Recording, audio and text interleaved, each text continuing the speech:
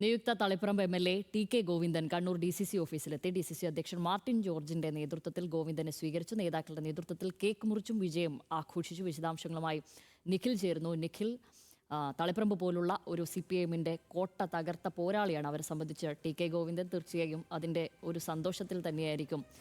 കാരണം അവർക്ക് അപ്രാപ്യമായ ഒരു മണ്ഡലമായിരുന്നല്ലോ കോൺഗ്രസിനെ സംബന്ധിച്ച് തളിപ്പറമ്പ്. അവിടെ ജയിച്ചു കയറിയ ഗോവിന്ദനെ ഇത്തരത്തിൽ ഏത് തരത്തിലാണ് നിലവിൽ DCC ഓഫീസിൽ സ്വീകരിച്ചിരിക്കുന്നത്? എന്തൊക്കെയാണ് വിശദാംശങ്ങൾ? ശ്യാമിലി, ഏതായാലും വലിയ രാഷ്ട്രീയ കൗതുകമുണ്ട് ഇക്കാര്യത്തിൽ. ഞാനിപ്പോൾ ഉള്ളത് കണ്ണൂർ DCC ഓഫീസിലാണ്. ഇവിടെ നിന്ന് ഒരു 100-150 മീറ്റർ അപ്പുറത്ത് പോയാൽ CPIMന്റെ ജില്ലാ കമ്മിറ്റി ഓഫീസാണ്. അഴീക്കോടൻ മന്ദിരമാണ്. അവിടെ കഴിഞ്ഞ ഈ തെരഞ്ഞെടുപ്പിന്റെ സമയത്ത്, അതിന് തൊട്ട് മുൻപ് വരെ ആ ഓഫീസിൽ CPIMന്റെ ജില്ലാ സെക്രട്ടേറിയറ്റ് അംഗമായിരുന്ന ടി കെ ഗോവിന്ദനാണ്.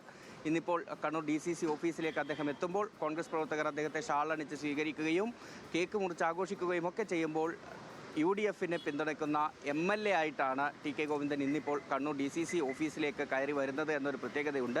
നമ്മൾ കഴിഞ്ഞ ദിവസങ്ങളിലെല്ലാം പറഞ്ഞതുപോലെ കേരളം മുഴുവൻ ശ്രദ്ധിച്ച തെരഞ്ഞെടുപ്പ് ഫലം വന്ന തളിപ്പറമ്പിൽ ചരിത്രത്തിൽ ഇതുവരെ ഇല്ലാത്ത വിധത്തിലുള്ള ഒരു പരാജയം LDFന് നൽകിക്കൊണ്ടാണ് അവിടെ ടി കെ ഗോവിന്ദൻ വലിയ വിജയം സ്വന്തമാക്കുന്നത്.